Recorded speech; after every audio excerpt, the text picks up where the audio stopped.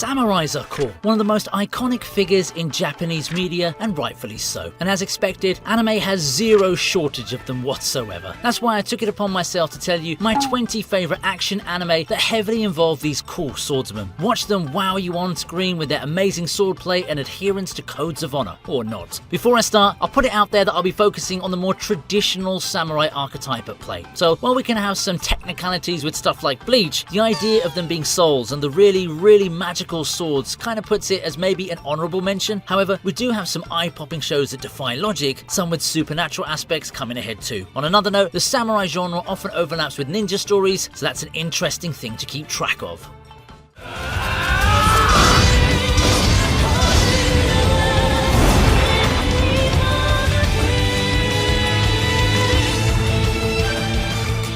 We kick off with one of the more iconic samurai IPs in the 2010s, Gatsugeki Touken Ranbu. Back in the 2010s, it felt as if anthropomorphizing things was the cool thing with browsers and collectible card games. Those who were around at that time would have heard of the Kantai collection, and modern fans are more familiar with Azure Lane. There's also a female-oriented version of it featuring swords called Touken Ranbu. It's a pretty big franchise, big enough to be a phenomenon with lots of collaborations and multiple anime productions. Gatsugeki Touken Ranbu from 2017 is quite a serviceable entry for the franchise. It's one of the lesser-known UFO table titles, but you can still see the team's artistic pedigree at play here. The action scenes are pretty cool, and for what it is, it's a fine watch that I enjoyed. I do think it's something better watched by someone who's already into the franchise. There's potential with the plot that ultimately didn't translate too well for those who were coming in blind. Regardless, if you're in for the very traditional samurai aesthetic and more UFO table, then this one will work for you.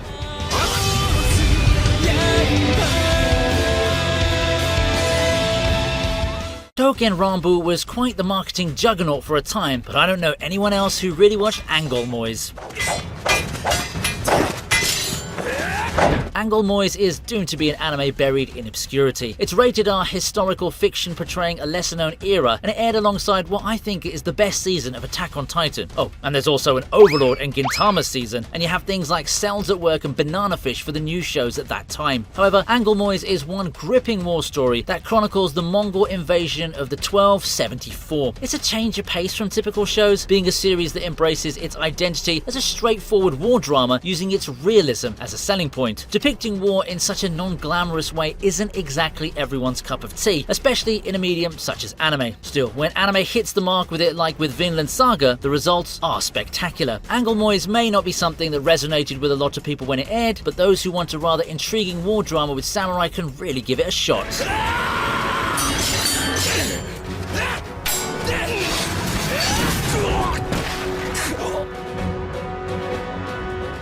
Next up is Brave 10.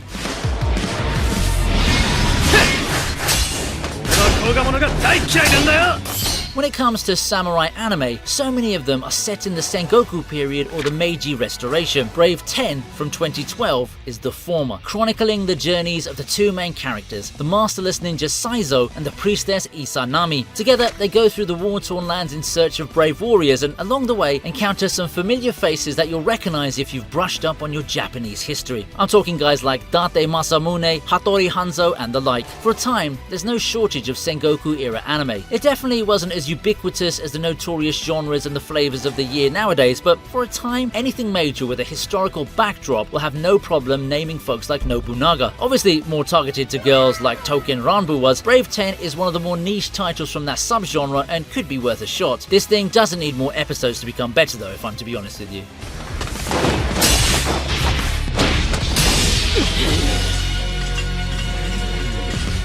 Mushibugyo is our next entry on the list.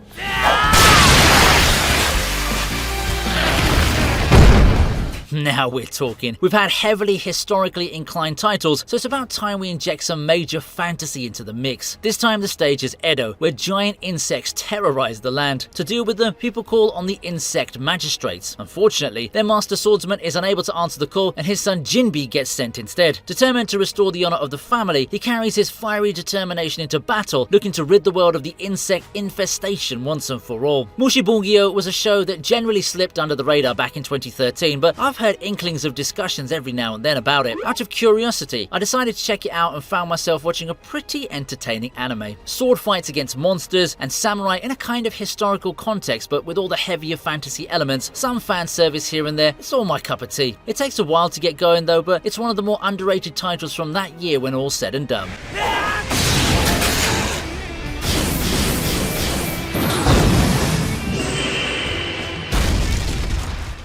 Onihai graces us with its presence on the list.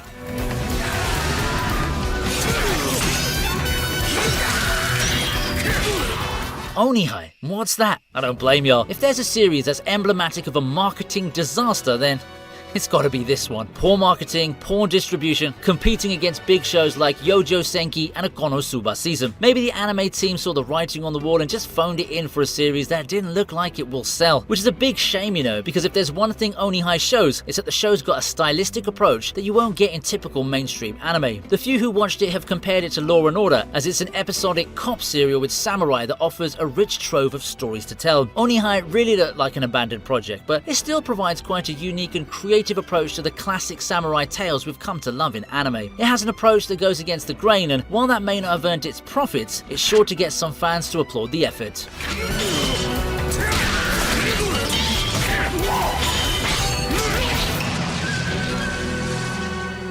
Since we're on the topic with mature samurai anime, maybe we can also take some time to look at Shigurui.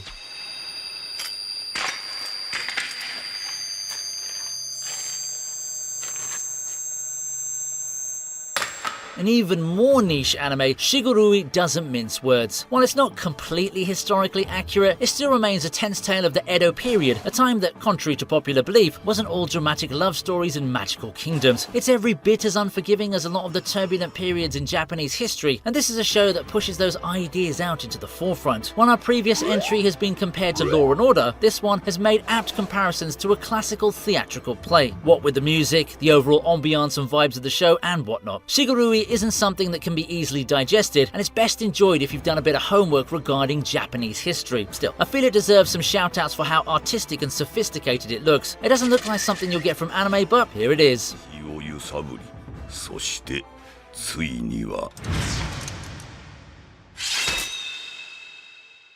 Following that, we have Hakuoki.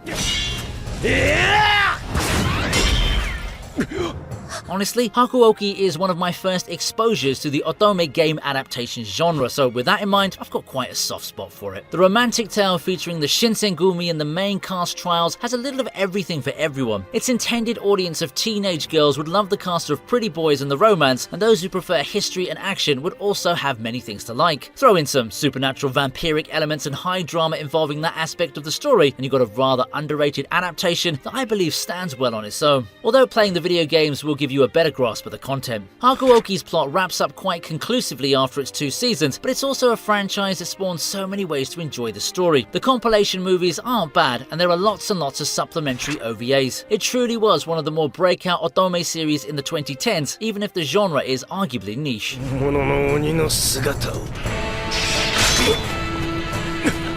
Blade of the Immortal comes up next on the list.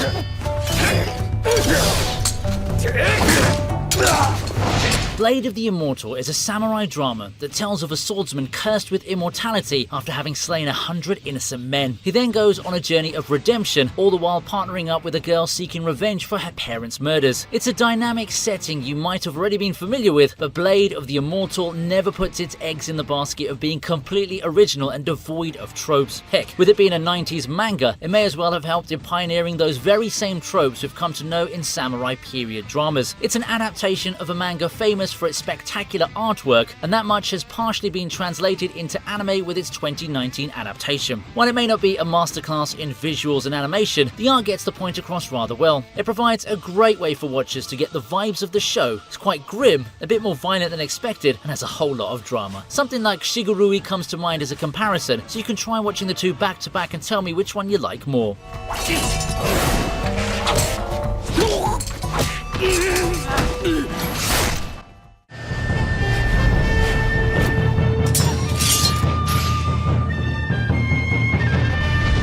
We have a classic on our way now with Samurai 7. I don't know about you, but if there's one thing I associate with Studio Gonzo, it's how they seem to have a knack for these sci-fi adventure stories that have a distinct art and CG style. There's a visual flair that somehow seems shared by their numerous titles. I'm talking about things like Gantz, Last Rita, Last Exile, Aokana, and the like. It's not all sci-fi for these guys, but I have somehow been trained to associate them with those kinds of titles. Samurai 7, an anime retelling of the legendary's 50s film Seven Samurai, is no exception, telling us the story of mechanized samurai who have integrated technology into their bodies. Integrating the sci-fi aspects here feels like a change done for the sake of novelty, and I'd say it works out fine if we're going with that rule of cool. It may be easy to pass off Samurai 7 as a product of its time, with it being a 2-decade-old show that only really had modest popularity. It takes a while to get really good, and when put alongside the original film material, kind of feels like a miss. However, it's also got some pretty good action, and it had some shining moments of amazing art. Feel free to try it and see an image of early 2000s Gonzo.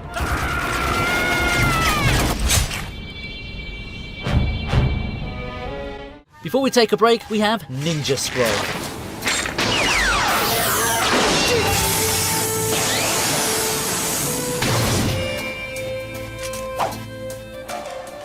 1993. The anime landscape was completely different back in those days. Ninja Scroll looked every bit the part of an anime movie coming from the early 90s. It looked dated. It feels like a B-movie in anime form, and it's every bit as enjoyable as a movie held together by the exciting fights that keep coming at you one after the other. It's definitely a fun ride, a popcorn flick in every sense of the word, and that's perfectly fine. It's pretty much what you'd expect from an era where anime was very far from where it is now, when spectacle trumps everything, and there's not much a typical anime fan wanted other than the visual stimulation from cool fights featuring swordsmen and ninjas with powers beating the hell out of each other. Ninja Scroll definitely is a product of its time, a relic from an era when you probably weren't even born. It's not exactly a masterpiece that holds up in the year 2024, but it's got a whole lot of enjoyable moments if you're the type who craves fight scenes that don't hold back.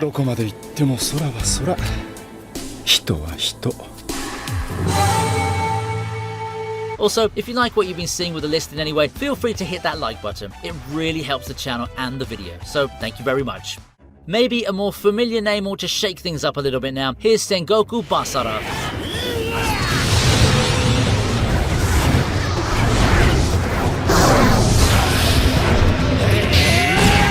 I don't know what it's like nowadays, but when it comes to Sengoku era anime, Sengoku Basara was the go-to anime of the genre at one point. The Warring States period has had a whole plethora of inspired works, but Sengoku Basara is the one that plays things completely straight, virtually at least. The warlords have designs that really evoke the feelings of what people expect from such a storied time in history, and the dynamic between them was a treat for those who did their bit of reading up on Japanese history. Still, I'm not about to say that the show is realistic, because it's the opposite. What we have are some epic showcases of power, amazing flexes, and powers that simply defy physics and logic. Just as you'd expect from an action anime meant to depict these historical figures as even more of badasses than their actual counterparts were. Still, with this being a game adaptation, it's an anime that's meant for a certain crowd of fans. I can't help but feel that it's one of those media mix attempts at getting new fans into the games, and I think that it worked to a certain degree. Still, you can like it as someone who's never played the games, but your enjoyment will definitely increase if you've already acquainted yourself with the franchise beforehand. Just make sure to come in with the right expectations, because these aren't the warlords you know from history.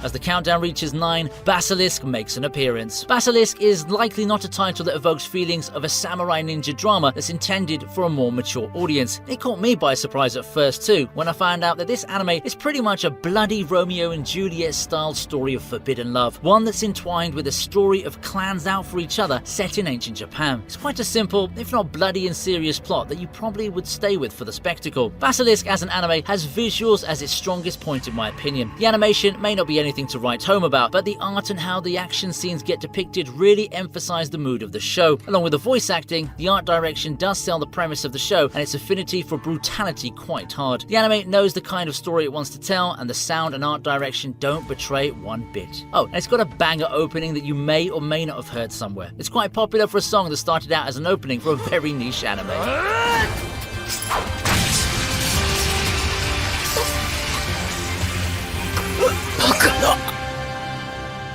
Next up in 8th is a similar title, Drifters.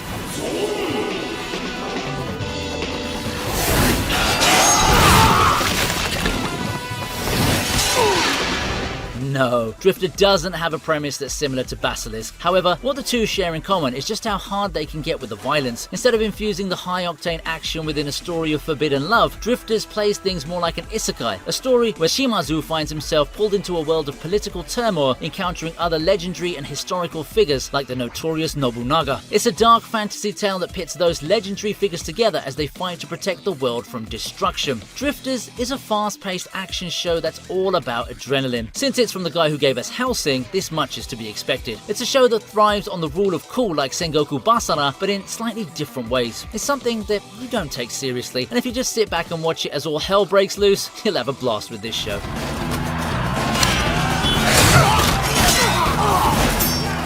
It's only fitting we follow that with Afro Samurai.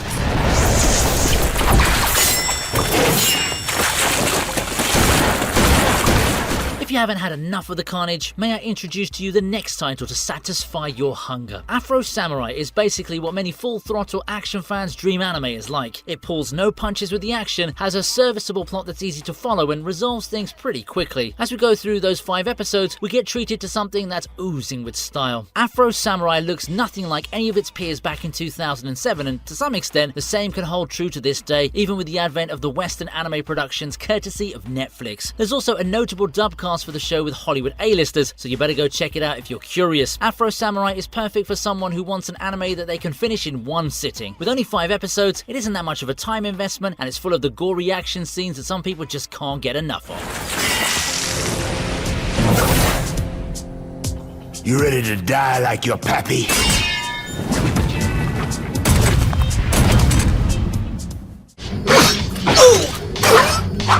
Samurai Champloo makes its way to the list as well. If there's one thing I can use to define Samurai Champloo, it's that it's uniquely stylish for its time. When I first came upon it, it exuded a certain level of swagger to the whole thing that made it unlike anything I'd seen before. Who would have ever thought of integrating a samurai story with hip-hop and good old ghetto street culture? It feels like a homage to a bygone era of Western-oriented anime like Cowboy Bebop. But Samurai Champloo is not all about looking stylish and going off the rails, even though I'd say that that's a large part of its appeal. At its core, it's also carried by a strong cast of characters with a very interesting dynamic. Sure, you've seen Mugen, Jin, and Fu before. They're common character archetypes, but the way they mingle and interact proves that some things are just more than the sum of their parts. Comedy, a lot of nifty action, and a surprising amount of dramatic moments, Samurai Champloo has something for any kind of anime fan looking to take a dip into something different from the norm.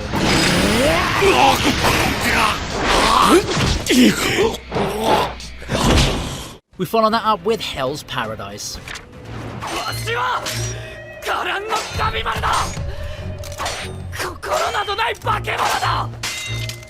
Perhaps a different style of adventure will be to your liking. Hell's Paradise is one of the recent shows that entered the season with a reasonable amount of hype. Being a mappa show that promised action and epic fights felt like the mark of an inevitable hit, especially after the blockbusters the studio has put out consecutively. Hell's Paradise never really joined that pantheon of big hits, but it's more than a great adventure series in itself. I feel that the expectations given Mappa's involvement did the show in a bit, because the show looked fine, but definitely nowhere near Chainsaw Man or the like in terms of production quality. Still, it's good enough for me to enjoy the main selling point of the anime, the interesting characters and world. One of the big things that make an adventure anime so appealing is if the world itself hits the right notes for you. And for what it's worth, Hell's Paradise has done a good enough job of bringing to life the supposed island of horrors, one that's teeming with beauty as much as it's filled with dangers that our heroes have to face at every turn. 13 episodes is far too short for Hell's Paradise, especially since it got a lot better towards the end, so I'm glad a season 2 got announced.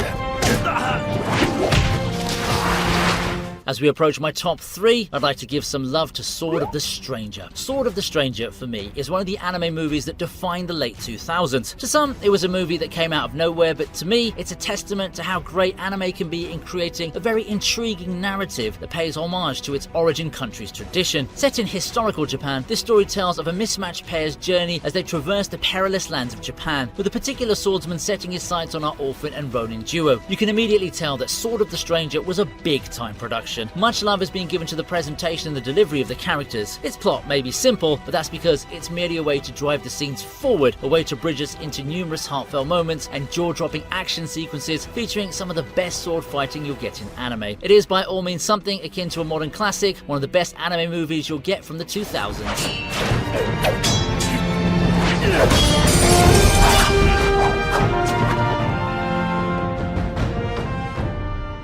Opening our top 3 is Dororo.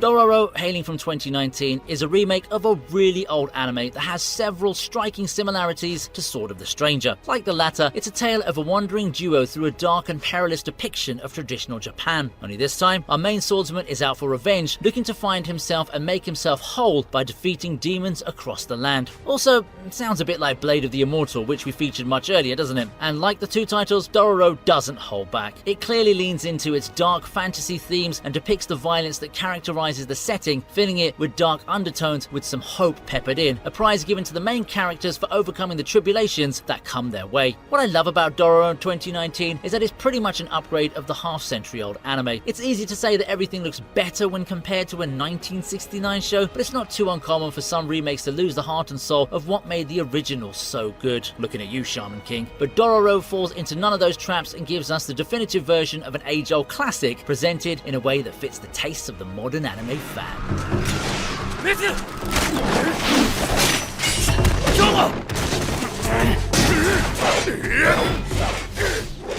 Second is Rurouni Kenshin.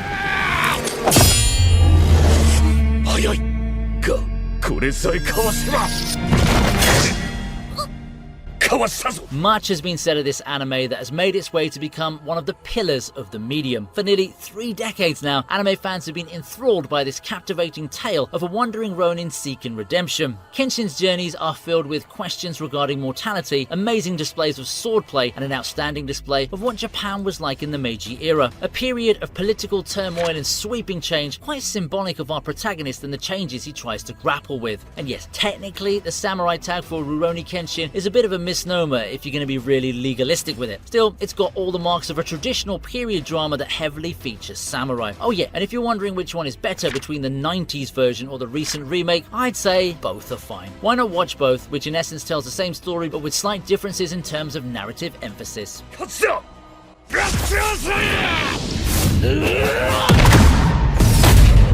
Finishing up strong, we have Gintama.